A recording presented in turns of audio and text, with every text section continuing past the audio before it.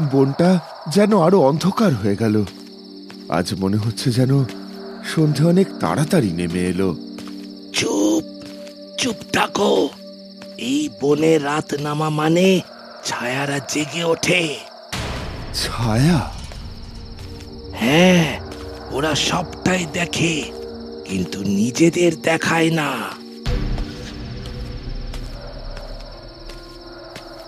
আরে, ওইদিকে একটা নদী মনে হচ্ছে। যাই, একটু জল পান করি, খুব তৃষ্ণা পেয়েছে।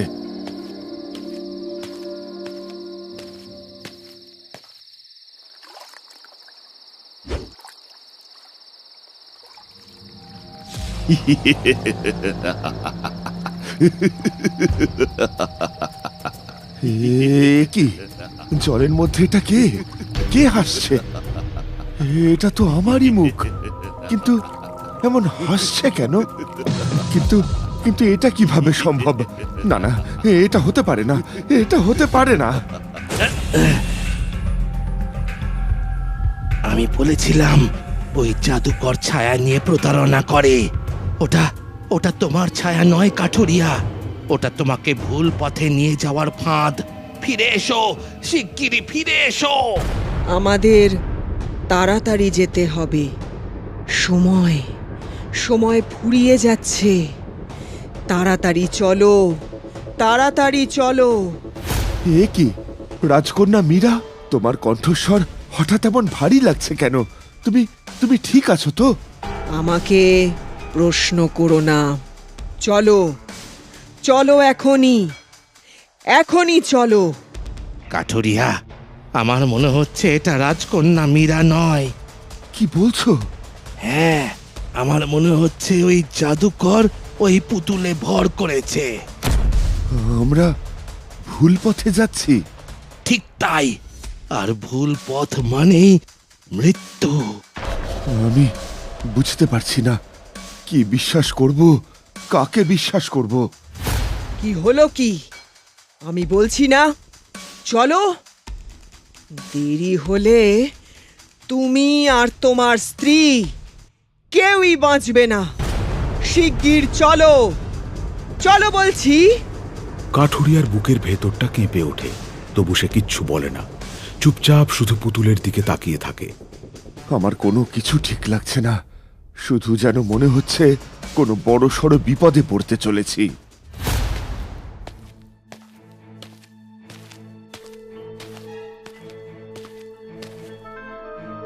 এটাই জাদুকরের প্রাসাদ। এত নীরব কেন সবকিছু? নীরবতা মানেই এখানে মৃত্যু।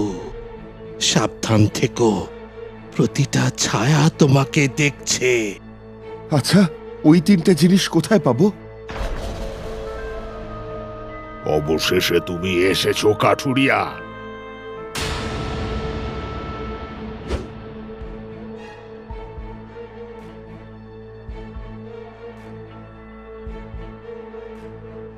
আমি তো তোমার অপেক্ষায় ছিলাম। তুমিই হবে আমার নতুন দেহ। এটা এটা কার কণ্ঠস্বর? না না, এ তো রাজকন্যার কণ্ঠস্বর নয়। তাহলে তাহলে এটা কে? শত শত বছর ধরে আমি বন্দী এই অভিশপ্ত কাঠের খেলনাটির ভিতরে রয়েছি। আজ আজ আজ আমি মুক্তি পাবো।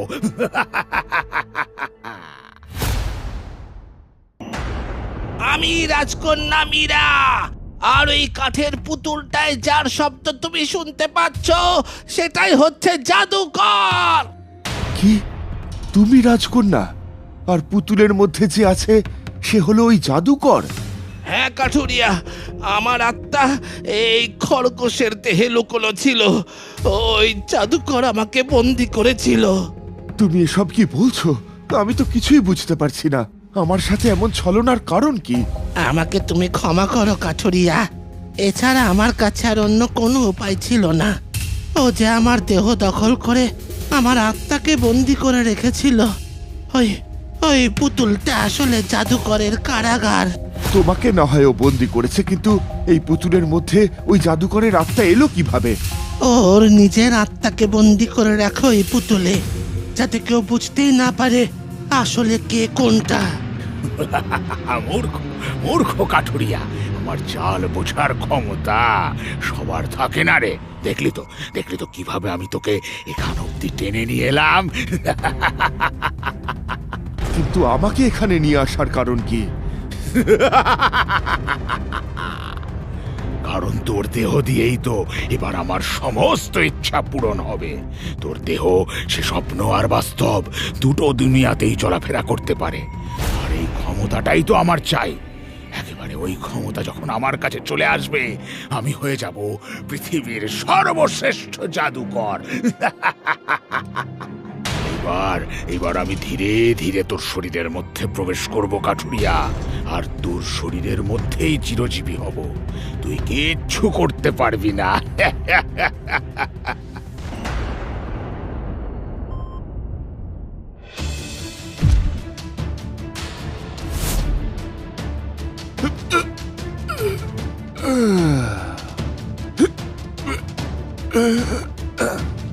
কাঠুরিয়া, কাঠুরিয়া উঠে দাঁড়াও, ভয় পেও না। তুমি একমাত্র পারবে ওকে থামাতে।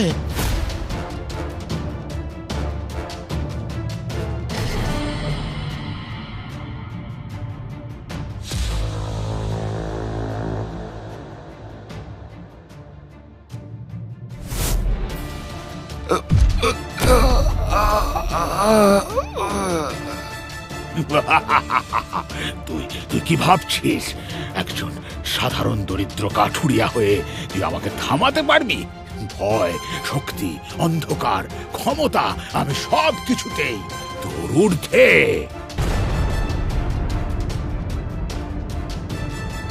তুই শক্তিশালী হতে পারিস, কিন্তু আমার হৃদয় পবিত্র।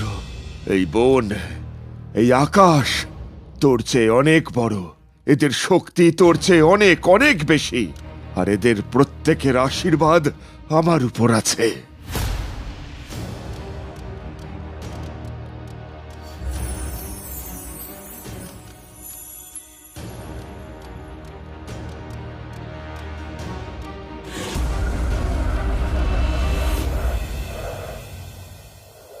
না, আমি তোর মন, তোর ভয় সবকিছু নিয়ন্ত্রণ করব।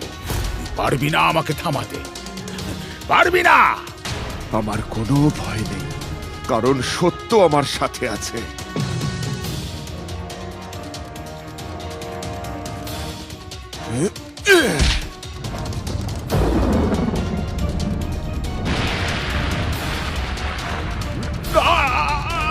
না না না না, এটা সম্ভব না। আমি অসীম, আমি অসীম।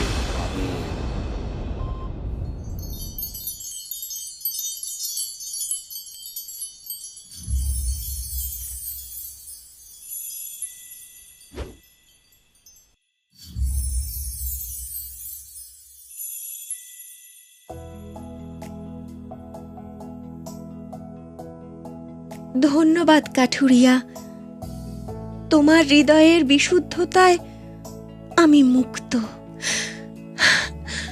আমি মুক্ত। রাজকন্যা, অবশেষে আমাদের মুক্তি হলো। আমাদের রাজ্য আবার বাঁচবে। তার মানে রাজকন্যা আর রাজপুরোহিত আপনাদের দুজনেরই প্রাণ এখানে বন্দী ছিল?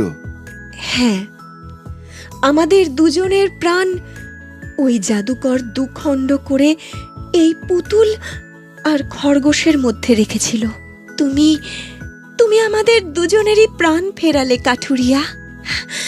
তোমার জন্য এই বন আবার তার প্রাণ ফিরে পেল।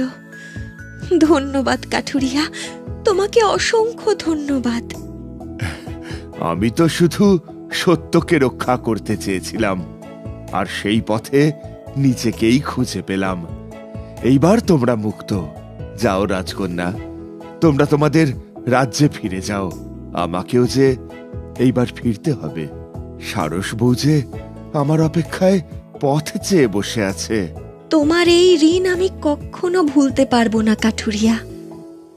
যদি কোনোদিনও কোনোদিনও তোমায় সাহায্য করতে পারি, তাহলে নিজেকে ধন্য মনে করব। যে হৃদয় সত্য জানে তাকে কোনো অভিশাপ স্পর্শ করতে পারে না। এভাবেই শেষ হলো জঙ্গলের পুতুলের অভিশপ্ত গল্প।